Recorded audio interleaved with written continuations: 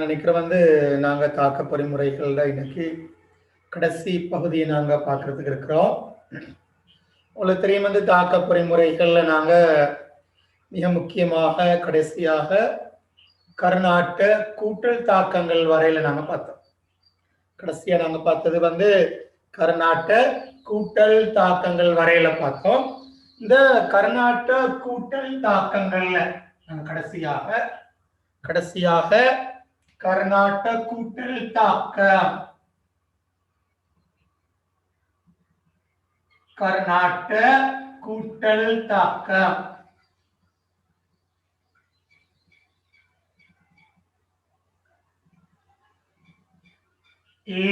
என்ன அழைக்கிறோம்.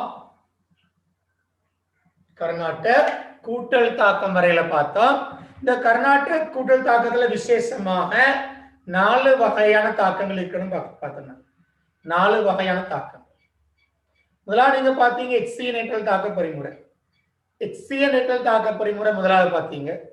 இரண்டாவது RMGBR ஏற்றல் தாக்க பொறிமுறை பாத்தீங்க. இரண்டாவது RMGBR ஏற்றல் தாக்க பொறிமுறை இரண்டாவதாக நீங்க பாத்தீங்க. அங்கால நாங்க மூன்றாவதாக நாங்க பார்த்த பொறிமுறை கார்பனாயில் முதலாமாயின் என்ற ஒரு வித்தியாசமான தாக்க பொறிமுறை. கார்பனாயில் முதலாமாயின் என்ற தாக்க பொறிமுறை. இந்த கடைசியாக நாங்க 4வது இந்த ஒடுங்கல் தாக்க பொறிமுறை நாங்க பார்க்க இருக்குது. ஆகவே ஒடுக்கல் தாக்கம் என்று சொல்றோம். ஆகவே இன்னைக்கு நாங்க 4வதாக இந்த கர்நாடக கூட்டல் தாக்கத்தை கீழ 4வது பொறிமுறையாக ஒடுக்கல் தாக்கம். ஒடுக்கல் தாக்கங்கள் என்றால் என்னன்னு சொல்லி நாங்க பார்க்க போறோம். ஒடுக்கல் தாக்கங்கள் இங்க விசேஷமான ஒரு பெயர் பாதிக்கிறோம். நாங்க அல்டோல் ஒடுக்கம் என்று சொல்லி ஒரு விசேடமான ஒரு பெயர் பாவிக்கிறோம் பிள்ளைகள். அல்டோல் ஒடுக்கம் என்று சொல்லி. ஆகவே நாங்க இங்க ஒடுங்கல் தாக்கம் அல்லது ஒடுக்கல் தாக்கங்களை பத்தி நாங்க இன்றைக்கு நாங்க பார்க்க போறோம். ஆகவே இந்த ஒடுங்கல் தாக்கத்துல நாங்க தாக்க பொறிமுறை எழுத முன்னால ஒடுங்கல் தாக்கத்தை பத்தி நீங்க தெரிய வேணும். ஒடுங்கல் தாக்கத்துக்கு எவ்வாறு விளைவு எழுதுவது, ஒடுங்கல் தாக்கத்துக்கு எவ்வாறு விளைவு எழுதுவது அதையும் நீங்க தெரிஞ்சிருக்க வேண்டும். ஆகவே நாங்க முதலாவது ஒரு ஒடுங்கல் தாக்கம் எழுதுவதற்கான ஒரு ஐடியாவை நாங்க முதல்ல விளைக்கிறோம். ஒரு கார்பனைல் சேர்வையில எவ்வாறு ஒரு கார்பனைல் சேர்வைகள் உள்ள கார்பன் ஐதரசன் எவ்வாறு பெயரிடப்படலாம், இந்த ஐடியாவுக்கு நாங்க முதல்ல வருவோம். ஒரு கார்பனைல் சேர்வைக்குள் உள்ள கார்பனைல் கார்பன் யாரு, அல்பா கார்பன் யாரு, பீட்டா கார்பன் யாரு, அல்பா ஐதரசன் யாரு, பீட்டா ஐதரசன் யாரு, இவ்வாறான வசனங்களை நாங்க முதல்ல விளங்கிக் கொள்வோம். ஆகவே நான் முதல்ல உங்களுக்கு ஒரு கார்பனைல் சேர்வை நான் கொஞ்சம் பெருசா எழுதுறேன். ஒரு கார்பனைல் சேர்வை நான் இங்க கொஞ்சம் பெருசா எழுதுறேன். ஒரு கார்பனைல் சேர்வை எழுதுறேன். கார்பனைல் என்றால் ஒரு ஆல்டிகைட் அல்லது கீட்டோனை குறிக்குது. ஆகவே இங்க ஒரு கீட்டோன் நான் எழுதியிருக்கிறேன். இது ஒரு கார்பனைல் சேர்வை. பொதுவாக கார்பனைல் சேர்வை அழைக்கிறது ஆல்டிகைட்டுகள் அல்லது கீட்டோன்கள். இந்த கார்பனைல் சேர்வைகள்ல இந்த C டபுள் பாண்ட் ஓவ கொண்ட கார்பனுக்கு நாங்க கார்பனைல் கார்பன் என்று பேர் சொல்லுவோம். C டபுள் பாண்ட் ஓவ கொண்ட கார்பனுக்கு என்ன பேர் பிள்ளை? Carbonyl carbon. இந்த கார்பனைல் கார்பனோட முதலாவது அடுத்ததாக முதலாவது ஃபர்ஸ்ட் இங்கால ஃபர்ஸ்ட் அல்லது இங்கால ஃபர்ஸ்ட் முதலாவதாக வரக்கூடிய கார்பனுக்கு நாங்க சொல்றோம் அதுக்குள்ள அல்பா கார்பன். ஆகவே இங்கு எத்தனை அல்பா கார்பன் இருக்குது? 2 அல்பா கார்பன்கள் இருக்குது. கார்பனைல் கார்பனோட உடனடியாக முதல்ல வரக்கூடிய கார்பனுக்கு என்ன பேர்? அல்பா கார்பன் அழைக்கிறேன். ஆகவே இங்க எத்தனை அல்பா கார்பன் இருக்குது? நேரடியாகவே 2 அல்பா கார்பன் இருக்குது. இந்த அல்பா கார்பனுக்கு அங்கால இன்னும் கார்பன் இருந்தால் அந்த கார்பனுக்கு நாம பேர் சொல்ற பீட்டா கார்பன். அங்கால இன்னும் கார்பன் இருந்தால் அல்பா பீட்டா கேமான்னு அழைக்கிறேன். அங்கால இன்னொன்று வந்தால் டெல்டான்னு அழைக்கிறேன். அல்பா பீட்டா கேமா டெல்டா டெல்டா டெல்டான்னு சொல்லிட்டு போறோம். பயாலஜியில நீங்க இவ்வாறு சில நேரம் பேரிட்டிப்பீங்க நினைக்கிறேன். சரியா? ரைட். ஆகவே நாங்க கார்பனை carbon, alpha carbon, beta carbon சொல்லி அழைப்போம். இந்த அல்பா கார்பன்ல காணப்படக்கூடிய ஐதரசனுக்கு பேரு எத்தனை ஐதரசன் இருக்கு பாரு, 5 ஐதரசன் இருக்கு. இந்த ஐதரசனுக்கு பேரு அல்பா ஐதரசன். அல்பா கார்பன்ல உள்ள ஐதரசன் அல்பா ஐதரசன் என்று சொல்லி அழைப்போம். விளங்குதா? அதே போல பீட்டா கார்பன்ல உள்ள ஐதரசனை நாங்க பீட்டா ஐதரசன், பீட்டா ஐதரசன் என்று சொல்லி அழைப்போம். ஆகவே ஒரு கார்பனைல் சேர்வை இவ்வாறு பெயரிடப்படலாம் என்பதை நீ முதல்ல விளங்கிருக்கிற பிள்ளை. ஒரு கார்பனைல் சேர்வு இவ்வாறு பெயரிடப்படலாம் என்பதை நீ முதல்ல விளங்கியிருக்க வேணும். அதை நான் திருப்பி சொல்றேன் பாரு. கார்பனைல் கார்பன், இன்றைக்கும் எங்கேயும் சி டபுள் பாண்ட் ஓவ கொண்ட கார்பனுக்கு பேரு கார்பனைல் கார்பன். கார்பனைல் கார்பனோட முதலாவதாக வரக்கூடிய கார்பன் அல்பா கார்பன். அல்பா கார்பனில் உள்ள ஐதரசன் அல்பா ஐதரசன். அதுக்கு அடுத்த கார்பனுக்கு பேரு பீட்டா கார்பன். பீட்டா கார்பன்ல உள்ள ஐதரசன் பாக்ஸ் பண்ணிருக்கிறேன், பீட்டா ஐதரசன். இங்கு 5 அல்பா ஐதரசன் காணப்படுது, 3 பீட்டா ஐதரசன் காணப்படுது. இங்கு 2 அல்பா கார்பன் காணப்படுது, இங்கு 2 அல்பா கார்பன் காணப்படுது, 1 பீட்டா கார்பன் காணப்படுது. ஆகவே இப்ப உங்களுக்கு விளங்கி இருக்கும். ஆகவே நாங்க இந்த ஒடுக்கல் தாக்கத்துக்கு நாங்க போக வேண்டும் இருந்தால், இந்த ஒடுக்கல் தாக்கத்தை நோக்கி நாங்க போக வேண்டி இருந்தால் முதலாவது நிபந்தனை ஒடுக்கல் தாக்கம் எழுதப்பட அந்த கார்பனைல் சேர்வையில அல்பா ஐதரசன் காணப்பட வேண்டும். முதலாவது நிபந்தனை அந்த கார்பனைல் சேர்வைக்கு நீ ஒடுக்கல் தாக்கம் எழுதுறதா இருந்தால், ஒடுக்கல் தாக்கம் எழுதுறதா இருந்தால் அந்த கார்பனைல் சேர்வையில அல்பா ஐதரசன் கட்டாயம் காணப்பட வேண்டும். அல்பா ஐதரசன் காணப்படாத சேர்வைகளுக்கு ஒடுக்கல் தாக்கம் எழுதப்பட முடியாது. இப்ப நீங்க யோசிக்கலாம், அது என்ன அல்பா ஐதரசன் காணப்படாத சேர்வை என்று சொல்லி. இப்ப பாருங்கள, இங்க நாங்க வரோம் ஒரு HCOH, ஒரு HCOHக்கு வா. நான் கேட்கிறேன், இந்த கார்பன்ல கார்பனைல் கார்பன் இந்த சேர்வைக்குள்ள இருக்குது, கார்பனைல் கார்பன் இருக்குது, அல்பா கார்பன் இருக்குதா? அல்பா கார்பனே இங்க இல்ல. அல்பா கார்பனே இல்லாமல் அல்பா ஐதரசன் வர முடியுமா? அல்பா கார்பனே இல்லாமல் அல்பா ஐதரசன் வர முடியுமா? முடியவே முடியாது. ஆகவே இங்க அல்பா ஐதரசன் இல்ல. இன்னொரு சேர்வை பாரு, ஒரு பென்சீன் வளைய COH வா. ஒரு பென்சீன் வளைய COH நோக்கி வாங்க. அவ்வாறு வந்தால் இங்க பாருக்குள்ள இந்த கார்பனைல் கார்பன் இருக்குது, அல்பா கார்பன் இங்க இருக்குது. ஆனால் அந்த அல்பா கார்பன்ல அல்பா ஐதரசன் இல்ல. ஏன் ஐதரசன் அங்க இல்ல? அந்த இருந்த H பைக்கு தான் இங்க செருவன் இருக்கு. அந்த கார்பன்ல ஐதரசன் இல்ல, அந்த கார்பன்ல ஐதரசன் இல்ல. ஆகவே இந்த சேர்வையிலே அல்பா ஐதரசன் இல்லை. ஆகவே இந்த கார்பன்ல ஐதரசன் இல்லை என்பதை ஏற்கனவே பென்சீன்ல ஒவ்வொரு கார்பன்ல ஒவ்வொரு ஐதரசன் தான் இருக்கு. முதலாவது பிரதியிடப்பட்டால் அந்த H பைத்தாச்சு. ஆனா இந்த பீட்டா கார்பன்ல இருக்குது, பீட்டா கார்பன்ல ஐதரசன் இருக்கு, இங்க ஒவ்வொரு ஐதரசன் இருக்கு, இங்க இல்ல. ஆகவே இங்க அல்பா ஐதரசன் இல்லை என்பதை விளங்கிக் கொள்ள வேண்டும். இன்னொரு சேர்வு எழுதி காட்டுற, இன்னொரு சேர்வை இன்னொரு சேர்வை எழுதி காட்டுறேன். அல்பா ஐதரசன் இல்லாத இன்னொரு சேர்வு.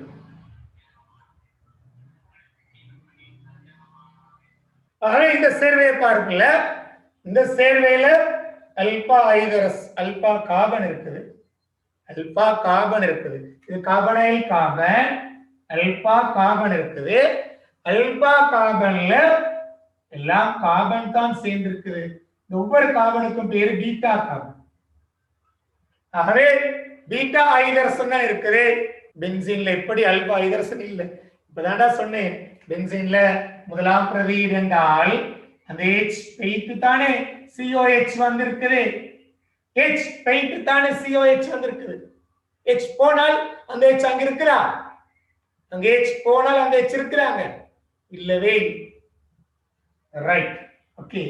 ஆகவே இங்கேயும் கவனம், கார்பனைல் கார்பன், அல்பா கார்பன், அல்பா கார்பன்ல எல்லாமே கார்பன் தான் இருக்குது. பீட்டா மீதி 3 கார்பனுக்கும் பேரு பீட்டா கார்பன் தான். மீதி 3 கார்பன்ல பேரு பீட்டா ஐதரசன். 3 6 9 பீட்டா ஐதரசன் அங்க இருக்கு. 9 பீட்டா ஐதரசன் இருக்கு. ஆகவே நான் ஏன் இத சொல்ல வந்தேன்டா வந்துட்டுல, அல்பா ஐதரசன் இருக்கிற சேர்வைக்கு மட்டும்தான் ஒடுங்கல் தாக்கம் எழுதப்பட முடியும். அல்பா ஐதரசன் இருக்கிற சேர்வைக்கு மட்டும்தான் ஒடுங்கல் தாக்கங்கள் எழுதப்பட முடியும்.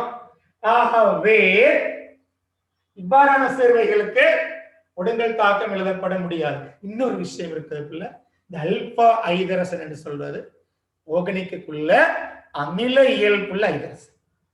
அல்பா ஐதரசன் என்றால் ஓர்கானிக்ல அமில இயல்பை கொண்ட ஐதரசன் என்று அர்த்தம். நலிவான ஒரு அமில இயல்பை கொண்ட ஐதரசன் என்று அர்த்தம். அந்த H வந்து NaOH ஓட தாக்கம் அடையும். அதுதான் ஒடுங்கல் தாக்கத்தில் ஸ்டார்ட் ஆகுதான். இல்லைங்களா? ஆகவே நான் முதல்ல இதை அழிச்சு போட்டு முதல்ல இந்த ஒடுங்கல் தாக்கங்கள் என்னன்னு காட்டி போட்டு கடைசியாக நான் பொறிமுறைக்கு வரும். முதல்ல ஒடுங்கல் தாக்கம் என்னன்னு காட்டி போட்டு கடைசியாக பொறிமுறை நோக்கி வரும். இங்க எனக்கு என் நோக்கம் வந்து பொறிமுறை படிக்கிறத விட ஒடுங்கல் தாக்கத்துக்கு விளைவு எழுதுற படிக்கிறது. பொறிமுறை படிக்கிறத விட ஒரு ஒடுங்கல் தாக்கத்துக்கு எவ்வாறு விளைவு எழுதுவது என்று சொல்லி படிக்க வேண்டும். அதுதான் இங்குள்ள விசேஷம். அப்ப நான் ஒரு உதாரணத்தை நான் உனக்கு எடுத்துக்கொள்றேன். பாருக்குள்ள CH3 C≡OH க்கு ஒடுங்கல் தாக்கத்துக்கு சோதனை பொருள் NaOH போடுவோம். NaOH போடுவோம். நல்லா பாரு, நான் விளைவு எழுதுவத விளைவு எழுத போற நல்லா பார்த்துக்கோ. CH3 COH H CH2 COH. எல்லாருக்கும் தலை குழம்பு போயிட்டு இருக்கோம்.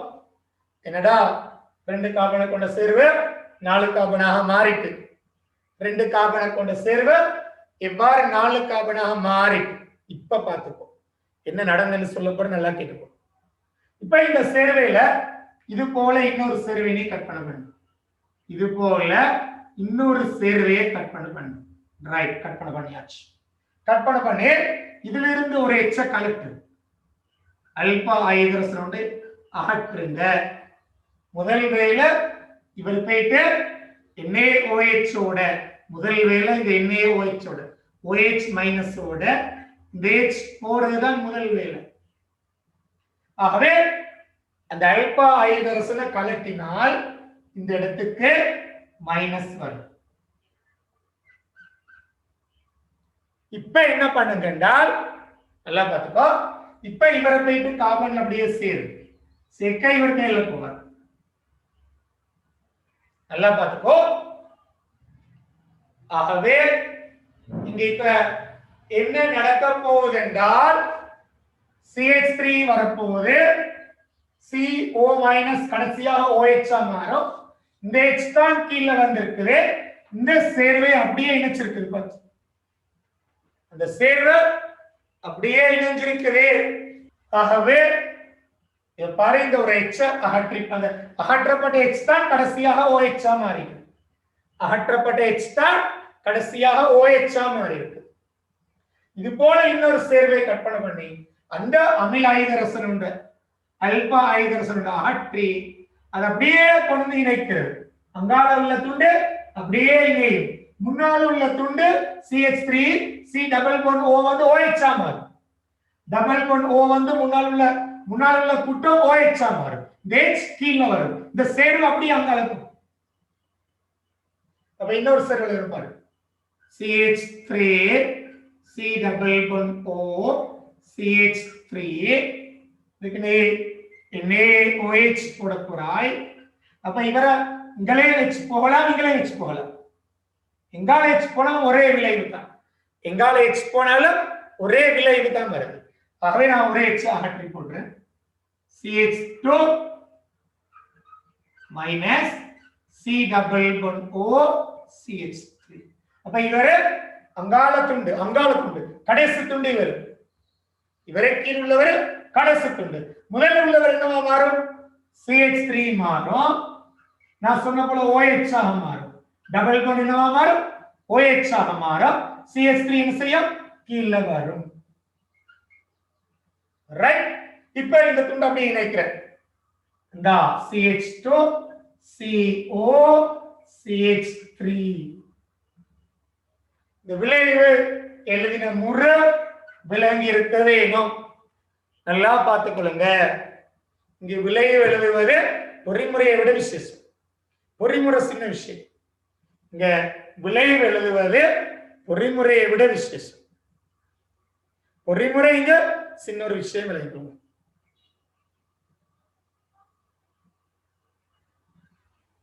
கிளியர்? Okay, right, good. விஷயம் விளங்கிட்டு ஆகவே இப்ப நான் உடல் தாக்கங்கள் இன்னும் சில உடல் தாக்கங்களுக்கான விளைவுகளை நான் இப்ப எழுதி காட்ட போறேன். இன்னும் சில உடல் தாக்கங்களுக்கான விளைவுகளை எழுதி காட்ட போறேன். இன்னும் சில உடல் தாக்கங்களுக்கான விளைவுகள் எழுதி காட்ட போறேன். அதை நான் இதை அழிக்கிறேன். அழிச்சு போட்டு உடல் தாக்கங்களுக்கான விளைவுகள் எழுத போறேன். பாப்பா அழிக்கிற அழிச்சு திருப்பி அடுத்த ரவுண்ட் ஆரம்பிக்க போறேன். பாப்போம். அடுத்த ரவுண்ட் ஆரம்பிக்க போறேன். பாப்போம். அது இந்த முதலாவது எக்ஸாம்பிள், முதலாவது கேள்வி. Right. CH3 C double bond O H NaOH நீர் கரைசல் அல்லது OH மைனஸ் கரைசல். ரைட். விளைவு எழுதுவோம். CH3 வருவாரு, OH ஆக மாறுவாரு, H கீழ வரும். இதுல ஒரு H நீக்கி போட்டு அப்படியே இணைச்சு விட்டுறது. CH2 COH ஆக இணைத்து விடுவது. சரி. அதே போல இங்கே வருவோம். இரண்டாவது CH3 COH க்கு வருவோம். இந்த NaOH போட்டாச்சு. இந்த NaOH போட்டாச்சு. இது CH3 பிளஸ் CH3 இந்த NaOH போட்டாச்சு பிளஸ். ஆகவே CH3 COH ஆக மாறிட்டு இந்த CH3 கீழ வந்துட்டு இதால ஒரு H ஏதாவது ஒரு அல்பா ஐதரசனை கலட்டுங்க. கலட்டு CH2 CO CH3. ஓகே, கிளியரா விளங்கிருக்கும். ரைட். மூன்றாவது சற்று வித்தியாசமான ஒரு வினாக்குவார். மூன்றாவது சற்று வித்தியாசமான ஒரு வினாக்குவார் பாருங்க. மூன்றாவது CH3 CH2 COH. நீங்க என்ன செய்ய போறீங்கன்னா NaOH போட, இது அண்மையில் எக்ஸாம்ல வந்த ஒரு கேள்வி. ஒரு 2 இயர்ஸ் முன்னால MCQல வந்த ஒரு வினாய். உடல் தாக்க விளைவுக்கான உடல் தாக்க விளைவு என்னன்னு சொல்லி கேட்டு எக்ஸாம்ல அப்படியே வந்தது பிள்ளை. சரி. அப்ப நான் கேட்கிறேன், என்ன பிள்ளை, இங்க carbonyl carbon, alpha carbon, beta carbon. இதுதான் அல்பா கார்பன். அப்ப அல்பா கார்பன்ல உள்ள H தான் போக வேண்டும். அல்பா கார்பன்ல உள்ள H தான் போக வேண்டும். ஆகவே ஆரம்ப துண்டு மாறாது, CH3 மாறாது, CH2 மாறாது, OH மாறாது, இந்த H கீழே போடுவதும் மாறாது. இப்ப யாரை இணைக்கிறது? யாரை இணைக்கிறது? இந்த கார்பன் உள்ள H-யா இந்த கார்பனையா? கார்பன அல்பா கார்பன் உள்ள H தான் போகுது. அமில இயல்பு கொண்டது யாரு? Alpha carbon. ஆகவே இதில் உள்ள H தான் வந்து இணையும். ஆகவே அந்த CH3 கீழே வரும், இந்த உள்ள CH3 கீழே வரும், COH ஆகும். இந்த மூணாவது கேள்வி விலங்கின் என்று சொல்றது இந்த முழுவதும் விலங்கினது கருத்து. மூணாவது கேள்வி விலங்கின் என்று சொல்றது, மூணாவது கேள்வியில அல்பா ஐதரசன் தான் போக வேணும், அல்பா ஐதரசன் தான் போக வேண்டும். அந்த அல்பா ஐதரசன் விலகிட்டால், அந்த இடம் இணைக்கிற விலகிட்டால் அங்கால அவளுக்கு பிரச்சனை இல்லை, அங்கால அவளுக்கு எந்த ஒரு பிரச்சனையும் இல்லை. ஓகே, அந்த ஐடியாவோ சரின்னு நினைக்கிறேன், அந்த ஐடியாவோ சரி. ஓகே, ஜஸாக்கல்லாஹ். இப்ப நான் நாலாவது வினாவுக்கு நான் வரேன். இந்த நாலாவது வினால ஒரு பிரச்சனை ஆரம்பிக்க போகுது. நாலாவது வினா இப்படி நான் கேட்கிறேன், CH3 CH2 CO CH3 இங்கே OH போட்டால் என்ற முதல் கேள்வி தான் இந்த CH3 கீழே இந்த கார்பன் தான் இணைக்க வேண்டும். இதுல இருந்து ஒரு எச்ச கலட்டி போட்டு இந்த கார்பன் தான் இணைக்க, இந்த கார்பன் இணைத்தா இந்த கார்பன் கிளையா வரும். நாலாவது கேள்வி இதுக்கு எத்தனை விளைவு எழுதலாம்? உடங்கள் தாக்க விளைவு. இப்ப இங்க இதுக்கு ஒரு விளைவு தான் வருது. காரணம் ஒரு பக்கம் தான் அல்பா ஐதரசன், இதுக்கு ரெண்டு பக்கம் அல்பா ஐதரசன் வந்தாலும் ரெண்டு விளைவு வந்தாலும் ரெண்டும் ஒரே மாதிரி விளைவு. இங்க ஒரு விளைவு தான் இருக்கு. இங்க வெரி குட், ரெண்டு விளைவு எழுதப்படலாம்,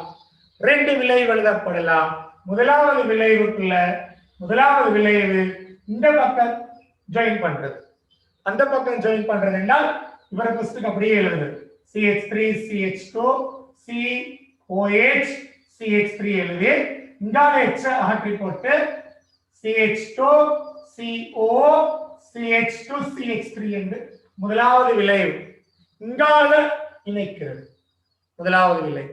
இரண்டாவது இந்த கார்பனை இணைக்கிறது, இரண்டாவது விளைவு. ஆகவே இரண்டாவது விளைவு CH3 CH2 COH CH3 இந்த கார்பன் இணைக்கிறது, CH CH3 CO CH3.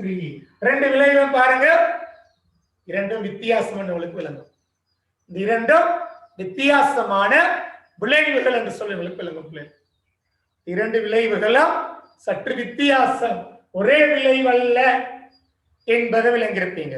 காரணம் இதால அல்பா ஐதரசன் போறது ஒரு விளைவு, இந்த நடுவில் உள்ள அல்பா கார்பன்ல இருந்து அல்பா, இது பீட்டா கார்பன், கோணர்ல உள்ளது பீட்டா கார்பன், அல்பா கார்பன்ல இருந்து ஐதரசன் போறது இன்னொரு விளைவாக இருக்கும்.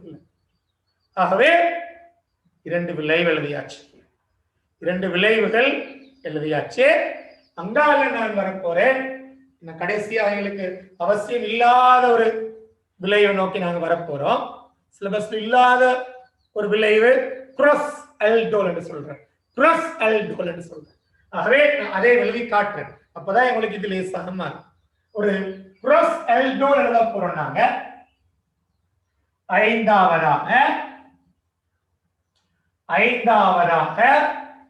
ஒரு கிராஸ் அல்டோல் எழுதி காட்ட போறேன். ஐந்தாவதாக ஒரு கிராஸ் அல்டோல். ஆகவே ஐந்தாவது வினாவாக இந்த CH3 COH இந்த CH3 CO CH3 ஐ கொண்ட ஒரு கலவை அவங்களுக்கு தாராங்க. இந்த கலவை தந்தால் யோசிச்சு சொல்லு பார்க்க, முன்னால எத்தனை விளைவு எழுதலாம்? கலவை தந்தால் இரண்டு விளைவு என்பது தவறான விடை. கலவை தந்தால் எத்தனை விளைவு எழுதலாம்? 3 விளைவு என்பதும் தவறான விடை. 4 விளைவு என்பது சரியான விடை. 4 விளைவுகள் எழுதப்படலாம். 4 பாருங்கள, முதலாவது விளைவு இவருக்கு மட்டும் எழுதலாம் தனியே. இவருக்கு மட்டும் முதலாவது விளைவு எழுத போறாரு. இவருக்கு மட்டும் CH3 COH H CH2 COH இவரால மட்டும். இரண்டாவது இவரால மட்டும், இவரால மட்டும் இரண்டாவது CH3 COH CH3 CH2 CO CH3 இவரால மட்டும். மூன்றாவது குரஸ் என்று சொல்றது. குரஸ் என்றால், குரஸ் ஆல்டோல் என்றால் இவருக்கு இவரை இணைக்கிறது. மூணாவது இவரை ஃபர்ஸ்ட் கேள்வி CH3 COH H ஃபர்ஸ்ட் கேள்வி இவரை ஜாயின் பண்ணி விட்டுறது, கிராஸ் பண்றது, ஜாயின் பண்ணி விட்டுறது. CH2 CO CH3 இதுக்கு பேரு கிராஸ் ஆல்டோல். திருப்பி நாலாவது இவரை ஃபர்ஸ்ட் கேள்வி, இவரை ஃபர்ஸ்ட் கேள்வி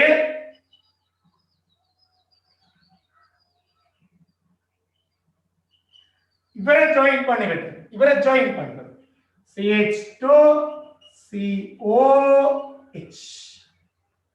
ஆகவே 4 விளைவு எழுதலாம் பிள்ளைகள். 4 விளைவு எழுதலாம். இந்த அதாவது பிள்ளைங்க நிச்சயமா உங்களுக்கு எக்ஸாமுக்கோ அல்லது சிலபஸ்லயோ இந்த கிராஸ் ஆல்டோல் இல்ல, கிராஸ் ஆல்டோல் இல்ல. இருந்தாலும் ஒரு கெமிஸ்ட்ரி நாலேஜுக்காக வேண்டி சொல்லிக்காரன் அந்த பிள்ளை. இந்த கிராஸ் ஆல்டோல் தாக்கம் என்றால் இவரால் தனியே ஒரு விளைவு எழுதிக்கிறீங்க. இவரே ஆரம்ப சேர்வையாகவோ இவரே இணைய சேர்வையாக எழுதிக்கிறீங்க. முதலாவது இது கிராஸ் அல்ல. இவரே ஆரம்ப சேர்வையாகவோ இவரே இணைய சேர்வையாக எழுதிக்கிறீங்க, அதுவும் கிராஸ் அல்ல. இப்ப இவரை ஆரம்ப சேர்வையா எழுதி இவரை இணைப்பது ரெண்டு பேரும் சேர்த்து எழுதிக்கிறீங்க ஒரு விளைவு கிராஸ் ஆல்டோல். அதுக்கு பிறகு இவரை ஆரம்ப சேர்வையா எழுதி இவரை இணைக்கிறது இன்னொரு வேறொரு விளைவு கிராஸ் ஆல்டோல். ஆகவே இங்க மொத்தமாக 4 விளைவுகள் இங்க எழுதப்படலாம். கடைசியாக இன்னும் ஒரே ஒரு உதாரணம் பார்த்து போட்டு இதுல பொறிமுறையை சொல்லித்தரேன். நான் ஒரே ஒரு உதாரணம் செய்து போட்டு பொறிமுறைக்கு நான் வரேன். கடைசி உதாரணம், கடைசி உதாரணம் 6வது உதாரணம் வரேன். 6வது உதாரணத்துக்கு நான் வரேன். இந்த 6வது உதாரணத்துல உங்களுக்கு தாராங்க அல்பா ஐதரசனை கொண்ட ஒரு சேர்வையும் அல்பா ஐதரசன் இல்லாத ஒரு சேர்வையும் தராங்க. நாங்க ஆரம்பத்திலே படிச்சுட்டோம் பிள்ளை, அல்பா ஐதரசன் இல்லாத சேர்வைக்கு ஒடுங்கல் தாக்கம் எழுத முடியாது. அல்பா ஐதரசன் இல்லாத சேர்வைக்கு ஒடுங்கல் தாக்கம் எழுத முடியாதுன்னு நாங்க ஆரம்பத்திலே படிச்சோம். ஆனால் இப்ப இங்க என்ன பண்ணிருக்கிறாங்க என்றால் உள்ளதோட இல்லாததை ஜாயின் பண்ணி தந்திருக்கிறாங்க. உள்ளதோட இல்லாததை ஜாயின் பண்ணி தந்திருக்கிறாங்க. அப்ப உள்ளதோட இல்லாததை ஜாயின் பண்ணி தந்தால் தனியா உள்ளவருக்கு தனி ஒரு விளைவு, உள்ளவருக்கு மட்டும் தனிய ஒரு விளைவு, இல்லாதவரை என்ன செய்யலாம் என்றால் அவரை ஆரம்பத்தில் எழுதுறதுக்கு அல்பா ஐதரசன் தேவையில்லை. அவரை ஆரம்பத்தில் எழுதி இவரை ஜாயின் பண்ணி விடலாம். அல்பா ஐதரசன் உள்ளவரை ஜாயின் பண்ணி விடலாம். CH2 COH என்று இல்லாதவரை முதல்ல எழுதுறவருக்கு அல்பா ஐதரசன் கட்டாயம். அதனால ஜாயின் பண்றவர் தான் H ஒன்றை விட்டு போட்டு வர வேண்டும். ஜாயின் பண்றவர் தான் இந்த CH3 ஒரு H விட்டு போட்டு வர வேணும். ஜாயின் பண்றவர். இவருக்கு அந்த பிரச்சனை இல்லை, இவரை ஃபர்ஸ்ட் எழுதி போட்டு ஜாயின் பண்றவரை அடுத்தவர் லிங்க் எடுத்தால் கிராஸ் எல்டோல், இது ஒரு கிராஸ் எல்டோல், இவர் ஒரு தனி எல்டோல், தனி எல்டோல். நிஜமாவே இந்த எல்டோல்னு சொல்ற வந்துக்குள்ள இதோட முடிகிறதும் இல்லை, அதோட சிலபஸ்ல இல்லை. திருப்பி இன்னொண்டேரும், திருப்பி இன்னொண்டேரும், திருப்பி இன்னொண்டேரும், திருப்பி இன்னொண்டேரும், இப்படி ஏறி ஏறி ஏறி ஏறி ஒரு பொலிமராக கடைசிக்கு மாறும், கடைசியாக பொலிமராக மாறும். நாங்க இந்த வீடுகள்ல நாங்க இதுக்கு சொல்ற வந்துக்குள்ள எல்டோல்ல வர விளைவுக்கு நாங்க வீடுகள்ல ஒரு பேரன் பாவிக்கிறோம். ஒரு மஞ்சள் நிறமான ஒரு என்ன சொல்ற குங்குளியம் என்று சொல்றேன், மஞ்சள் நிறமான ஒரு குங்குளியம் விளைவாகும் என்று சொல்றேன். இந்த வீடுகள்ல இந்த சின்ன சின்ன மருந்துகளுக்கு பயன்படுத்துற ஒரு பதார்த்தம் நான் நினைக்கிறேன், இந்த குங்குளியம் என்று சொல்றோம். ஒரு சாம்பிராணி மாதிரி ஒரு புகை பிடிக்கிறதுக்கு பாவிக்கிற ஒரு பொருள், குங்குளியம் விளைவாகும் என்று சொல்றோம். அது போல ஒரு விஷயம் தான் இந்த சாம்பிராணி மாதிரி ஒரு விஷயம் தான். சரியா? ஓகே, ஜஸாக்கல்லாஹ். ஆகவே நாங்க ஒடுக்கல் தாக்கத்துல விளைவு எழுதுற ஐடியாவை நாங்க இப்ப பார்த்துட்டோம். ஆகவே ஒடுக்கல் தாக்கங்களுக்கான பொறிமுறைகளுக்கு நாங்க வரப்போறோம். ஒடுக்கல் தாக்க பொறிமுறை வருவோம். ஒடுக்கல் தாக்க பொறிமுறையை நோக்கி நாங்க வருவோம். இந்த கர்நாடக கூட்டல் தாக்கத்துல கடைசி வரப்போறோம். ஒடுக்கல் தாக்க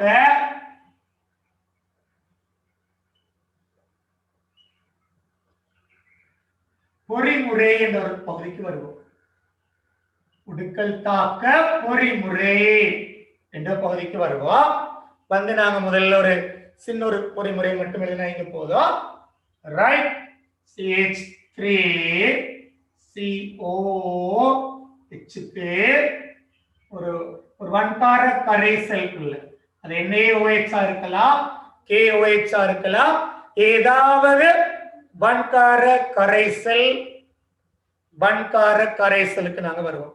ஒரு வன்கார கரைசல் நாங்க சேர்க்கும் போது CH3COH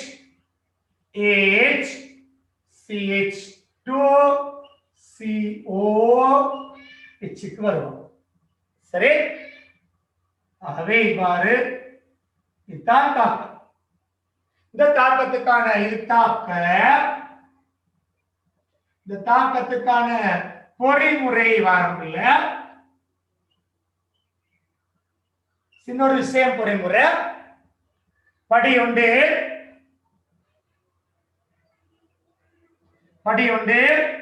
இந்த CH2H ஒரு H அமில ஐதரசன கீழே எழுதுங்க. அது அவர் முதல்ல போறாரு. அவர் என்ன செய்வார் என்றால் ஆரம்பத்துல ஒரு OH மைனஸ் வந்து அவர் எடுக்க ஒரு மேல் நோக்கி வந்து மைனஸாக மாறுவார்.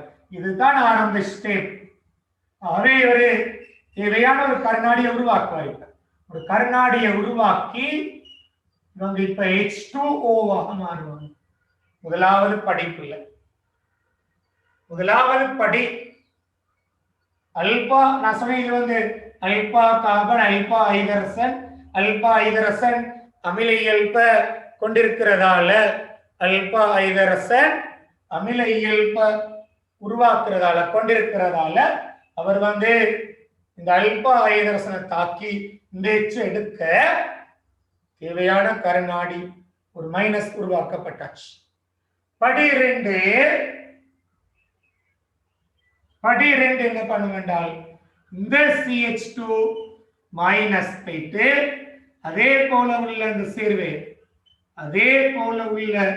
இந்த சேர்வையில இந்த CH2 மைனஸ் COH வந்து தாக்கத்தை உருவாக்க இது மேல் நோக்கி போனால் இந்த விளை எழுதுற மாதிரி பாருங்கல்ல, CH3CO மைனஸ் H இது அப்படியே இணைத்து விடுங்க. CH2COH ஆக இணைச்சு விடுங்க.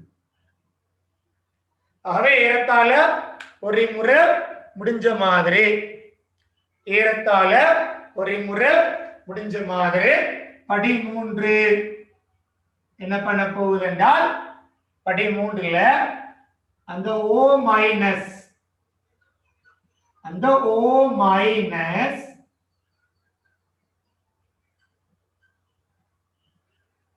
இந்த நீர்ல உள்ள ஆரம்பத்துல உருவான நீர்ல உள்ள அந்த H எடுக்க மீண்டும் OH மைனஸ் விடுவிக்கப்படும்.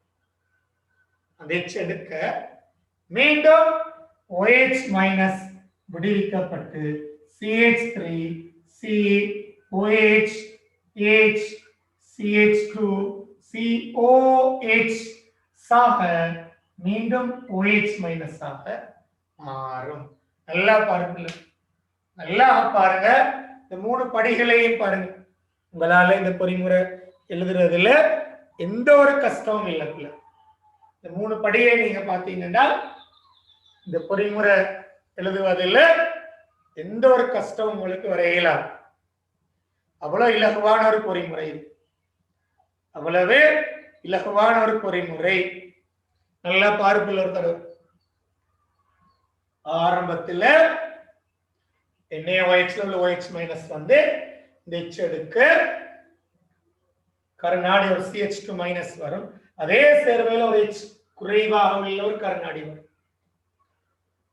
அதே சேர்வையில் உள்ள ஒரு H குறைவாக உள்ள ஒரு கருநாடி அதே சேர்வையில கார்பனைல் கார்பனை வந்து அடிக்க அந்த கார்பன் எண்ணிக்கை டபுளாக மாறும்.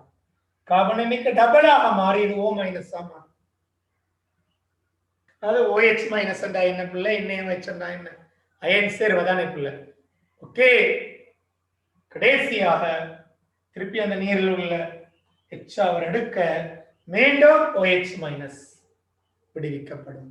அதாவது பிள்ளை ஒடுங்கல் தாக்கத்துக்கு நீ NaOH என்று போடலாம், OH மைனஸ் கரைசல் என்று போடலாம், ஏதாவது ஒரு வன்கார கரைசல் போடலாம். ஓகே, வன்கார கரைசல் வந்து அப்ளிகபிள், அப்ளை பண்ண முடியும். சரியா பிள்ளை? ஓகே, ஆகவே நாங்க அந்த தாக்கத்தை நாங்க நிறைவு செய்துட்டோம். ஆகவே நாங்க 7வது வகை 7 நோக்கி நாங்க வாரம் வந்து பிள்ளை. வகை 7க்கு நாங்க திருப்பி வாரோம், அழைக்கிறோம் பிள்ளை. ரைட், ஆகவே நாங்க வகை 7க்கு நாங்க வருவோம் வந்து பிள்ளை. வகை 7 இன்னைக்கு இந்த டாக்கெட் இந்த பாடத்தை முடிக்கிறேன்னு சொல்லி ஆகவே வகை 7 வாரத்துல வகை 7 நாங்க இதுக்கு நீக்கல் தாக்கங்கள் என்று போடுவோம். எலிமினேஷன், இது பேரு நீக்கல் தாக்கங்கள்.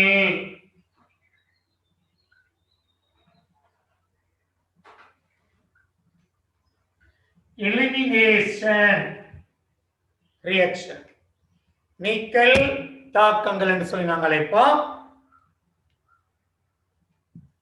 நீக்கல் தாக்கங்கள் என்று சொல்லுவோம். இங்க வந்து இரண்டு விதமான நீக்கல் தாக்கங்கள் தான், இரண்டு விதமான நீக்கல் தாக்கங்கள் தான் இன்னும் இருக்கு. நீக்கல் தாக்கங்கள் 2 வகை தான் இருக்கு. ஒன்று HX அகற்றல் என்று சொல்ற, இன்னொன்று நீர் அகற்றல் என்று சொல்ற. ஒன்று HX அகற்றல், இன்னொன்று நீர் அகற்றல். ஆகவே முதலாவது தாக்கம் வந்து HX அகற்றல். இந்த HX அகற்றல் தாக்கம் என்பது உங்களுக்கு ஒரே ஒரு படிதான் இருக்குது பிள்ளை. தாக்க பொறிமுறை ஒரே ஒரு படி. முதலாவது தாக்கத்துக்கு வர பாரு, தாக்கத்துக்கு வர CH3 CH2 CH2Br ஒரு ஆல்கஹால் KOH.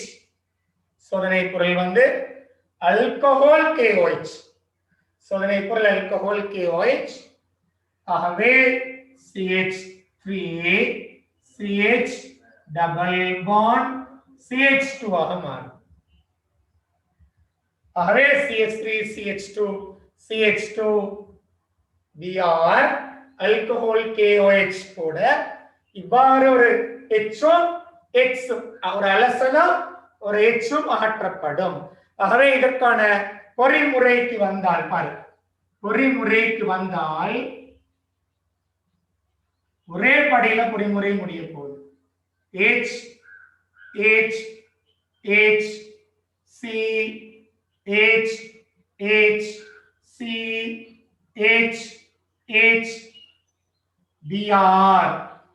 என்ன நடக்கும் என்றால் இந்த OH மைனஸ் பார்க்கும்.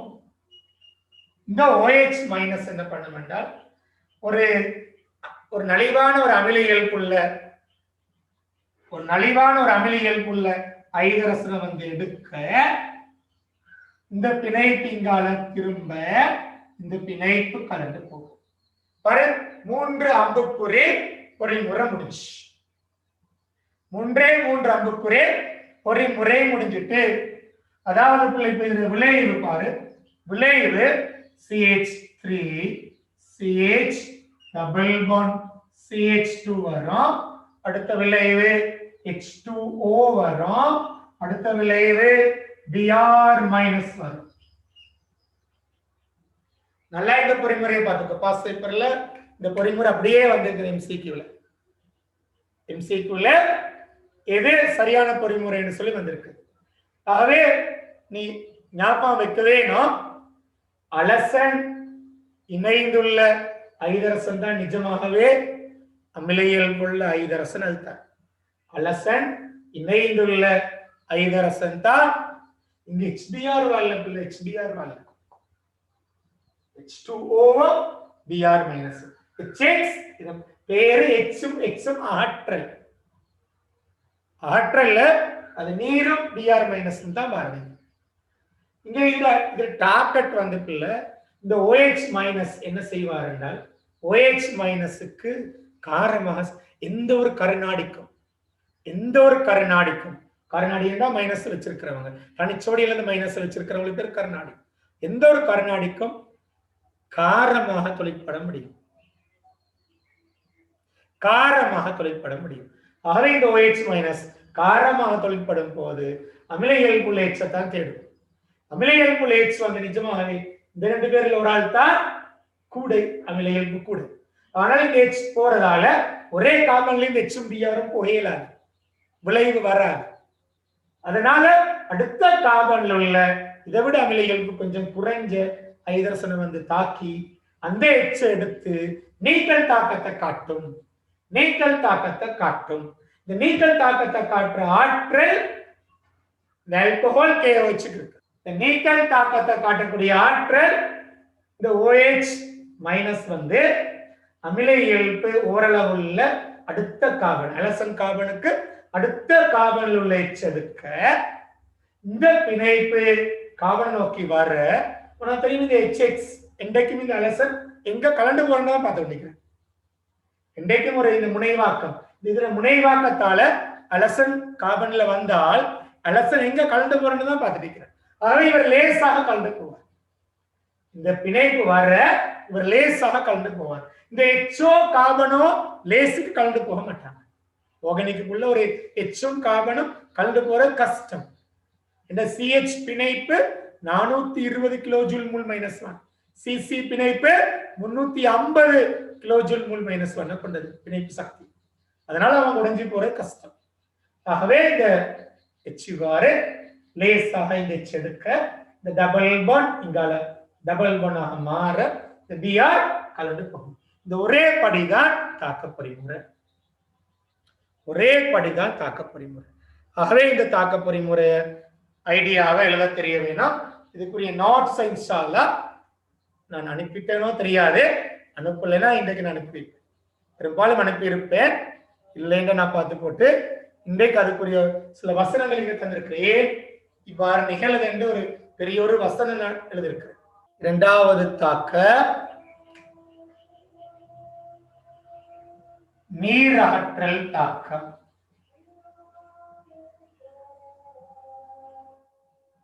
நீர் அகற்றல் தாக்க இந்த அண்மை காலமாக கொஞ்சம் பிரச்சனையா இருக்குது. தாக்க பொறிமுறை நாங்க எழுதுற மாதிரி உங்களோட கைட் கொடுக்குது இல்லை என்னன்னு விளங்குது. இப்ப நாங்கள் எழுதுற தாக்க பொறிமுறைக்கும் கைட் எழுதுற பொறிமுறைக்கும் கொஞ்சம் வித்தியாசம் பார்த்துக்கோ, இரண்டையும் விளங்கிக்கோ என்றால் நான் தான் 100% சரி என்று சொல்ல வரல, இரண்டுக்கும் வித்தியாசம் கொஞ்சம் பார்த்துக்கொள்ளுங்க. அதாவது நீர் ஆற்றல் என்ற வந்து ஒரு உதாரணம் எழுதுறோம். தாக்க CH3 CH2 CH2OHக்கு நீ ஒரு H2SO4 வெப்பம் போட இங்கு CH3 CH double bond CH2 ஆக மாறும்.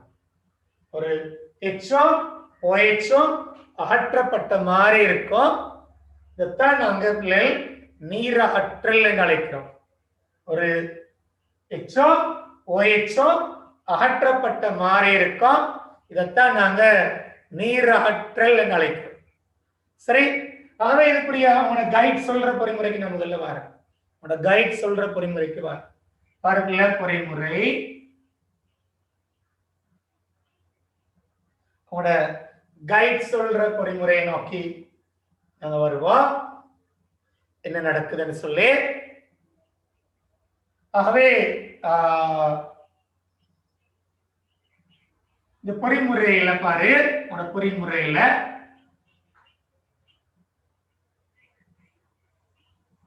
படி ஒன்று. இங்க என்ன நடக்குது என்றால் H2SO4 வந்து H பிளஸ் ஆகவும் HSO4 மைனஸ் ஆகவும் முதலாவது படியில மாறும்.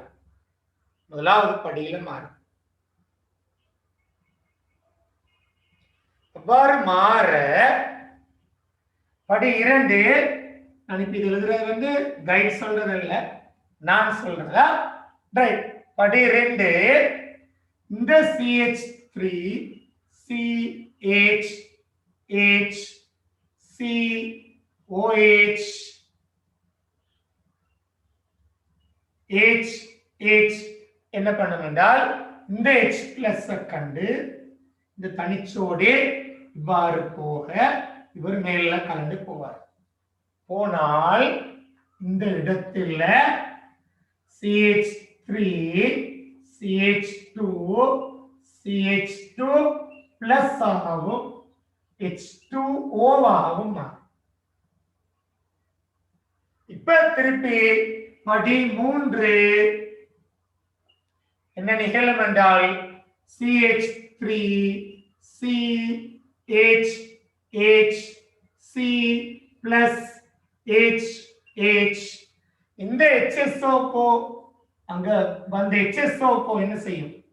இந்த HSO4 என்ன பண்ணும் என்றால் இந்த H வந்து எடுக்க இந்த டபுள் இந்த பிணைப்பு இவ்வாறு திரும்பி இங்கு CH3 CH double bond CH2 சக H2SO4 மீண்டும் விளைவாகும். ஆகவே நான் உங்களுக்கு ஒரு இலகுவான ஒரு ஐடியா சொல்லி தந்திருக்கிறேன் பாரு. 3 படியில நீர் அகற்றக்கூடிய ஒரு பொறிமுறை உங்களுக்கு சொல்லி தந்திருக்கிறேன். நீங்க கைட்ல தேடுங்க, கைட்ல எவ்வாறு தந்திருக்கிறாங்க. இப்ப போட்டவங்களுக்கு குழப்ப ரெடியாகல, அவங்களை குழப்பல்ல. நீங்க என்ன பண்ணுங்க, கைட்ல போயிட்டு பாருங்க எப்படி தந்திருக்கிறாங்க, அவங்க எப்படி ஜம்ப் பண்ணி போயிட்டு இருக்கிறாங்க. நீர் ஏற்றலையும் நீர் அகற்றலையும் கொஞ்சம் பாருங்க கைட்ல. இது ரெண்டுமே கொஞ்சம் கன்ஃபியூஸாக இருக்கும். கட்டாயம் கைடு இருக்கிறவங்க பாருங்க. கைடு இல்லைன்னா சொல்லுங்க, நான் உங்களுக்கு வாட்ஸ்அப்ல கைடையும் போட்டு விட்டுறேன். சரியா? கைடுண்டா ரிசோர்ஸ் புக்கை சொல்றேன். ரிசோர்ஸ் புக் இல்லாதவங்க சொன்னீங்கன்னா கொஞ்சம் பேஜ் கூட இருக்குது. முடியுமெண்டா PDF முடியுமென்றால் அனுப்பி விட்டுறேன். சரியா? ரிசோர்ஸ் இல்லாதவங்களுக்கு இன்ஷா அல்லாஹ் இன்றைக்கு நான் ரிசோர்ஸ் முடிஞ்ச அளவு அனுப்ப பார்க்கிறேன். Okay okay. ஆகவே பாரு, திருப்பி சொல்றீங்க என்ன நடக்குதுன்னு. படி 1ல H plus HSO4 மைனஸ் வருது. படி 2ல இவர் H வந்து எடுக்க, அப்ப இந்த பிணைப்பு உடைந்து இந்த கார்பன் பிளஸ் ஆக H2O வரும். இந்த கார்பனுக்கு பிளஸ் வந்துட்டு ஆகவே இப்ப HSO மைனஸ் இந்த கார்பனில் உள்ள பிளஸ் இல்லாம இருக்க வேணும். ஆகவே பக்கத்தில் உள்ள H எடுக்க இந்த பிணைப்பு தேனாவி டபுள் பொன்னாக மாறியிருக்கு.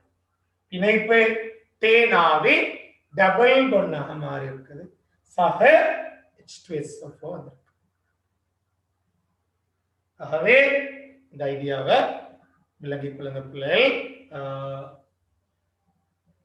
நீராற்றல் தாக்கம், இந்த நீக்கல் தாக்கம் என்பது இந்த ரெண்டும் தான் பிள்ளைகள். நீக்கல் தாக்கத்தை கீழே நாங்க பார்க்கிற விஷயங்கள் இந்த ரெண்டு விஷயங்களும் தான். ஆகவே நான் வகை 8 நோக்கி நான் வரப்போறேன். நான் சொன்ன போல இந்த பகுதியை நாங்க நிறைவு செய்யறோம். வகை 8 நோக்கி நாங்க வரப்போறோம். ஆகவே அழிக்கிற பிள்ளை அழிச்சு போட்டு வகை 8 வகை 8 கீழே இதுக்கு பொறிமுறை தேவையில்ல பிள்ளை. வகை 8 அமில கார தாக்கங்கள்.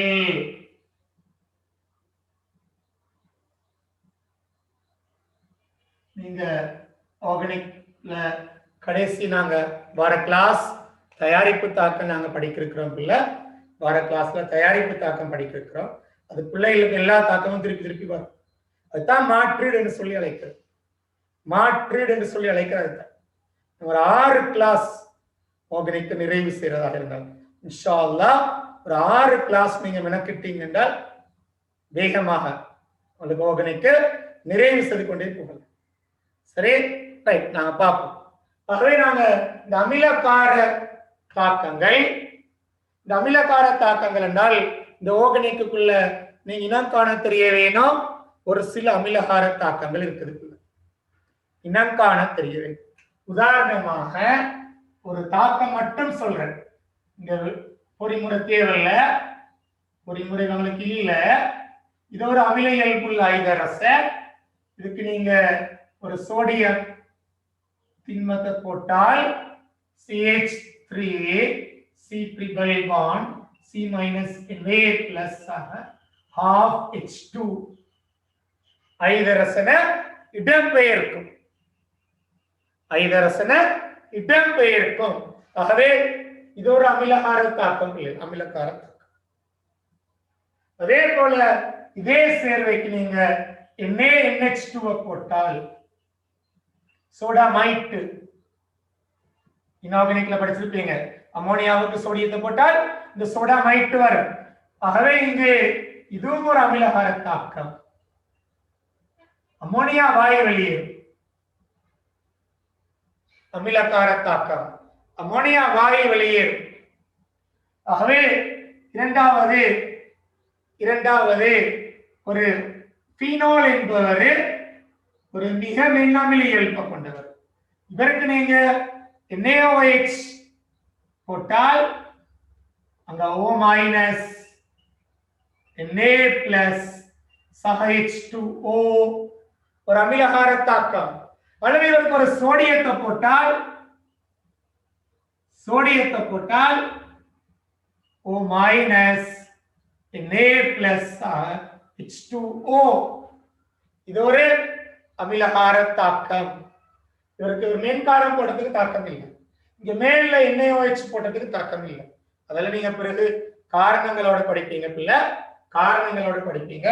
மூன்றாவது ஒரு ஒயிக் ஆசிடுக்கு வாங்க. நான் எழுதுறதுல இவருக்கு தான் அமில வலிமம் இதுவரையில கூட, இவரை விட இவருக்கு கூட, இவரை விட இவருக்கு கூட, இவரை விட இவருக்கு கூட அமில வலிமை வரிசையில நாங்க படிச்சிருக்கிறோம். ஆகவே இவருக்கு நாங்க ஒரு சோடிய திண்மத்தை போட்டு பாரு, தாக்கம் இருக்கு. CH3CO O minus Na plus half H2 தாக்கம் இருக்கு.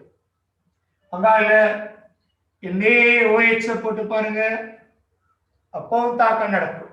CH3CO O minus Na plus H2O தாக்கம் நடக்கும். அங்கால ஒரு NaHCO3 போட்டு பாரு, ஒரு மென்காரம், அப்பவும் தாக்கம் நடக்கும்.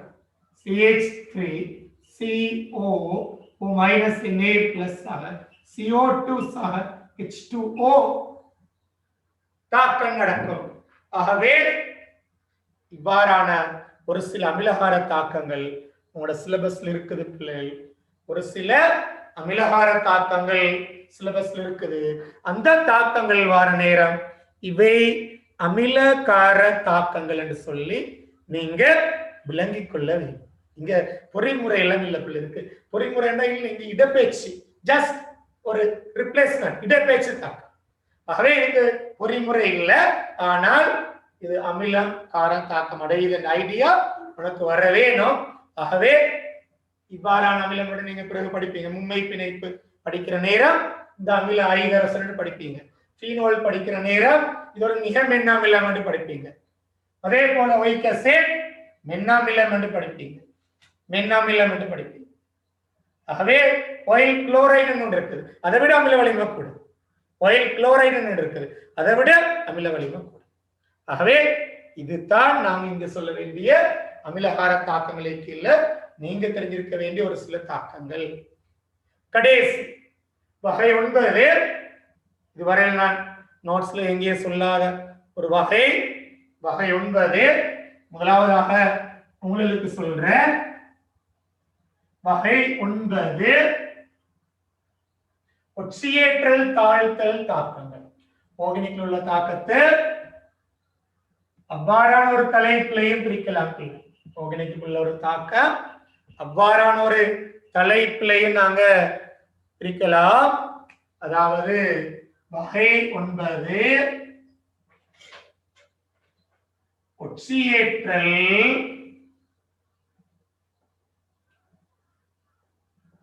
தாழ்த்தல்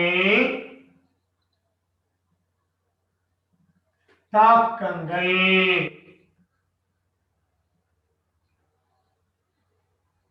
நீங்க பிறகு கேள்விப்படுவீங்க பிள்ளை. ஆர்கானிக்குள்ள ஒட்சியேற்றும் கருவிகள் இருக்குது, தாழ்த்தும் கருவிகளும் இருக்குது. விசேஷமாக ஒட்சியேற்றும் கருவிகள் 2 விதமான ஒட்சியேற்றும் கருவிகள் ஆர்கானிக்ல இருக்குது. ஒன்றுக்கு நாங்கள் அழைப்போம் பன் ஒட்சியேற்றும் கருவி என்று சொல்லி, இன்னொன்று அழைப்போம் மென் ஒட்சியேற்றும் கருவி. இப்ப எல்லாம் டீட்டெயில் தேவையில்லை, சும்மா ஜஸ்ட் அறிமுகப்படுத்திட்டு போறேன், அவ்வளவுதான். ஜஸ்ட் அறிமுகப்படுத்து. பன் ஒட்சியேற்றும் கருவி என்றால் இங்க 3 பேர் இருக்கிறாங்க. பன் ஒட்சியேற்றும் கருவிக்கு கீழே 3 பேர் இருக்கிறாங்க. H plus K மின்னப்போ H plus K2Cr2O7 H plus CrO3. இந்த 3 பேரும் தான் ஆர்கானிக்ல உள்ள பன் ஒட்சியேற்றும் கருவி என்று சொல்லி. அதே போல ஆர்கானிக்ல மென் ஒட்சியேற்றும் கருவி என்று சொல்லி ஒன்று. மென் ஒட்சியேற்றும் கருவி இப்ப பிரபல்யமான ஒரே ஒரு ஆள் இருக்கிறாரு, PCC என்ற ஒரு ஆள். PCC pyridinium chlorochromate. Pyridinium chlorochromate PCC. ஒரு காலம் இருந்தது செப்பு 300 பாகை C வெப்பம் என்று சொல்லி, இப்ப அது இல்லை. இன்னொரு காலம் இருந்து H plus K2Cr4 இப்ப அதுவும் இல்லை. இப்ப இருக்கிற ஒரே ஒரு மென் ஒட்சியேற்றும் கருவி PCC என்று சொல்லி. உதாரணமான ஒரு தாக்கம் எழுதி காட்டுறோம் பாரு. ஒரு தாக்கம் எழுது. ஒரு ஆல்கஹால் எடுத்து நான் மென் ஒட்சியேட்டர் PCC போட்டால் இது ஒரு அல்டிகைடாக மாறும். இதுக்கு நான் பன் ஒட்சியேற்றம் போட்டால் H plus K மென்னோ போட்டால் இது ஒயிக் அசிடாக மாறும். இது நான் ஒரே படியில பன் ஒட்சியேற்றம் போட்டால்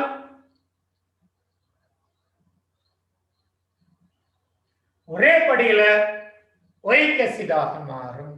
ஆகவே இவ்வாறான தாக்கங்களுக்கு பேரு ஒட்சியேற்றல் தாழ்த்தல் தாக்கங்கள். இவ்வாறான தாக்கங்கள் ஆர்கானிக்ல இருக்குது.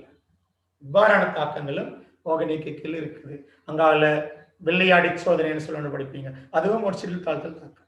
NH3AgNO3 போடுவீங்க. அல்டிகைட்டுகளுக்கு NH3AgNO3 போட வெள்ளையாடி விளைவாகும்.